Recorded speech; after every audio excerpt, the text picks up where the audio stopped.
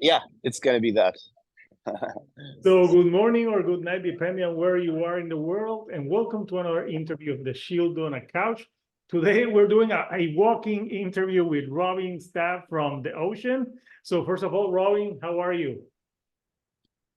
Very good. I just crawled out of my bunk in this bandwagon, which you can see behind me here. This is our touring vehicle, basically just a black box on wheels.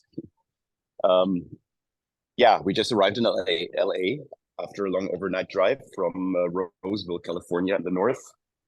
And it's LA, so everyone is in high spirits, of course, and very much looking forward to the show. And just, yeah, Southern California, it doesn't get much better than this. So very excited to be here.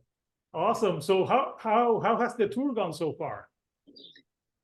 It's been amazing. It's been really good shows. We didn't really know what to expect from this run because we haven't headlined here in such a long time. I think the last time was in 2014, must have been. And then somehow we never came back to the States until our tours with Nepris and Catatonia in 2022. But we were supporting there. So yeah, we had no idea. And it's been absolutely awesome shows everywhere. Lots of sold out shows on the East Coast, Boston and Montreal were sold out, and we've been doing a lot better than we were hoping for on merch, on in terms of ticket sales, and we also kind of learned how to tour the US logistically, which isn't always easy. Or I guess it's just different in Europe because you get looked after more by the promoters in Europe. You know, we usually get hotels or we're on a big tour bus. You get catering provided by the promoters, and here you're kind of on your own. So at first we were struggling with this, but now we basically like figured out the best way to do this, and it's just been super rewarding. And we're doing this what we call feed and greet program with fans, where they bring us food and drinks to the bandwagon, and we hang out with them, let them watch sound check, and we have been living like kings on this tour. There's like yeah, like tons of bottles of spirit on the bus, and every day someone is bringing sushi and actually good home cooked food, and it's just a nice way to socialize with people and at the same time get what we need on tour. So we've been doing that already on the past two tours, and we're doing it now as well. And so with all that in mind, it's just been fantastic. It's been a super good tour, and everyone is in high spirits and doesn't want this to end. Yeah, that's a good idea about having fans bring you food. When I was living in the States and I was a student and I had no money, I used to go to the food courts and they give you samples of food. So that's how I ate. I went from everyone to Yeah, get the food. So yeah, that's a super smart idea. And you do thank what you got to you. do. Yeah. Yeah, thank you again for your coming back to play in Puerto Rico on March 16. Y la respuesta, which is awesome because you played here December of 2022, but I wasn't living in Puerto Rico when you played that year. I moved like a week after, so I missed that Oh show. wow. So I'm glad that you guys are returning. So what can we expect from? I know you're gonna be in Puerto Rico a few days, right? Hell yeah. We are coming right after the last show in Orlando. We're flying over the next morning. So I believe that's either the Sunday or the Monday, and then the Puerto Rico show is on the Saturday. So we're there for a whole week, and most of us are staying a bit longer afterwards as well. Um, so yeah, our last trip over was just such a nice time. The show was great. The venue is really good actually, and we had a really good show.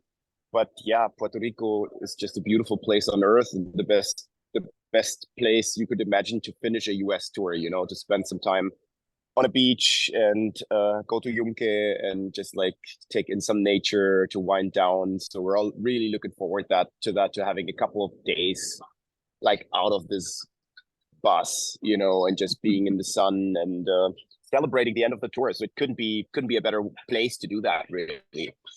And yeah, I'm looking forward to the show. The last one was good. It was like surprisingly really good. Again, we had no idea what to expect, but there was a good crowd and a very nice venue. So yeah, we're excited about being able to do this again. And yeah, big thanks and shout out to Wesley for making this happen the first time and the second time. Without him, that wouldn't be possible. And he's just always gone out of his way to make us feel at home and to make this whole thing happen in the first place, you know. So yeah, we're eternally grateful to him. Yeah, I know. Yeah, he's promoting it, and it's been great. I hope to meet you guys in person on the show on the 16th. So you're mostly gonna play a lot of the last album, Holocene, which is great. You know, it's a more synth electronic album, but I love it. You know, I like synth, and I like that every The Ocean album is different. I discovered your band in 2013 when you put out Pelagial, and I remember being my mind was blown, like reading the concept, and I scuba dive. So I could, you know, the different layers when you're Right. going there. Like I'm like, yeah, this makes sense because like the pressure in the ears, and if you don't equalize when you're going down. So I thought that was very interesting. So I became a fan with that album, and then I revisited your previous album. But I've been following your band for 11 years now. So what? Right on. You're doing the tour. After the tour, what are the next plans for the band? Are you taking a little break, or are you going into writing mode? Well, we have a new record that's already written, and it was written around the same time as Holocene, so like during mid-pandemic, basically. Basically what happened was that our synth guy Peter, who is not with us right now on this tour, sadly, he's not in a good mental state. He wrote Holocene. Now I lost your video. Here we are again. Yeah. He wrote the songs that became Holocene, basically as synth ideas. And I had been working on my own album already at that time. So when he sent me those Holocene ideas, I got excited. I wanted to do things with it, and I felt that this could potentially be Ocean material, but even if not, you know, then it would be for some side project. I just got inspired and started working on that. And so we focused on Holocene, and by the end of it, it did feel very much like an Ocean album, which we hadn't really thought it would be at first. And so my own album that I had already written kind of got put in the box, and just like we kind of like put it on pause and decided to first finish on Holocene. We felt it connected really well with the end of Phanerozoic 2. So yeah, it felt right to do that. But that being said, there is a second record that's all written, but we haven't recorded it yet. And we just haven't had time over the past 3 years. We totally focused on Holocene. And as soon as the pandemic was over, we started touring again pretty much nonstop. So there was just no time to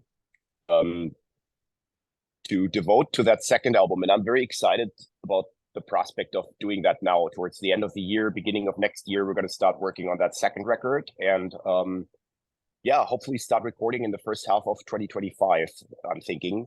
And then release it maybe later that year or in early 2026. That's the plan for now.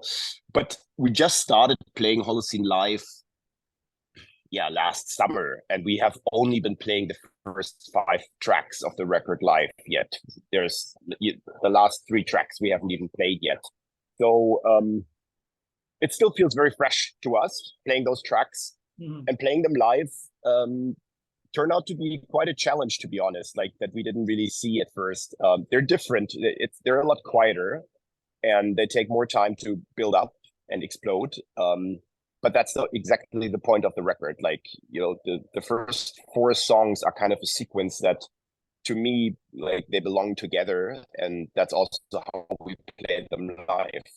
So like first really heavy riff in Atlantic kicks in about 20 minutes into the record, you know, and when you get to that point, it's like super crushing and super relieving to get to that part. But to get there, the first 20 minutes is quite a journey, you know, and we had to let ourselves in for that and embrace the fact that it's quieter, and that naturally it doesn't cause the same ecstatic audience response as a track like Jurassic Cretaceous, because it's quiet music, you know. But at the same time, it's just a different game. It's very rewarding to play these tracks and to create this ambience and to lull the crowd into this kind of vibe, you know. And it's been working out really, really well. And by now we all love it. Like at first we were struggling with it a bit, but now we really love playing those tracks and beginning the set with those tracks. And then after the first 5 tracks of Holocene, we go to something older and go through the catalog basically. So yeah, that's the set we've been putting together. So for us, Holocene still feels pretty fresh playing those tracks live, although they were written in 2020. So they're like, the music's already 4 years old for us. And that second album that is not even recorded or released yet is also 4 years old already. So we're very quick with writing, and then everything else just takes forever, like recording, writing lyrics also, and vocal lines especially, and then working on artwork. Working on artwork for Holocene took over a year, with 2 different artists and designers involved. We had one concept initially that we completely overthrew in favor of what we have now, and I'm happy we did, because we wanted to have something that is more modern and more contemporary, but at the same time doesn't look like a prog record, and it was also quite a challenge to get there. So yeah. All things considered, I think we're very, very quick writers and very slow at everything else. Well, you're not too slow, so that's a good thing. That's true. We're also not that old yet, so you're young. Yes. nearly, but yeah. Yeah. So yeah, I think Holocene, it's a more mature record from the band. And yes, it's a record that for me, when I first listened to it last year, it took some listens because I thought it was like a grower, because sometimes I thought, maybe this is too slow, there's too much synths. But after repeated listens, I started listening to more things. So I think that's why people appreciate the Ocean, because I think every record from you guys sounds different, but you can tell it's the Ocean. If that makes sense. Yeah, I think so. I think there's like a certain substance to all of these records that is hopefully quite characteristic for this band, and no matter whether the synths dominate or the heavy guitars, that substance is there and has been there. And of course, it's evolved and changed over the years. I mean, this band has been around for 22 years. And of course, everything's changed. It's normal, you grow older. Like the challenges that I saw in writing music 15 or 20 years ago were very different from now. Like back then when I wrote Aeolian, I just wanted to write the most complicated, like rhythmically complicated songs ever, and with a lot of shit to remember. And I just don't find that so interesting anymore. Like I'm interested now in writing good songs, and they can be long or they can be short. Anything's allowed. But I think that's a normal process of growing up as a writer and as a musician, and like going through different stages and exploring different approaches and routes, and never really stopping or settling down with anything. I think that's an important part for me, that I'm not looking for a formula or something something to be there for good, I think it's like writing music or creating art is an endless process of searching for something and not finding it and moving on. But while searching for it and moving on, like ideally good shit happens, So we're not that band that is looking for like a certain formula and then, okay, now we found it, now we're going to make records like this for the rest of our days. Basically, it's always evolving, and it has been, and Holocene is an example of that, like it is. And that's an album we didn't see coming. That's why your band name is so fits with you, because the Ocean is forever changing too. So it goes with the name of the band. So Robin, I'm not going to take a lot of your time because I know you're busy. You're playing, I think, are you playing a show tonight? We are. Yep, we're playing the Lodge Room in LA tonight. We're just parked out here. And tomorrow we go to Vegas. That's always fun.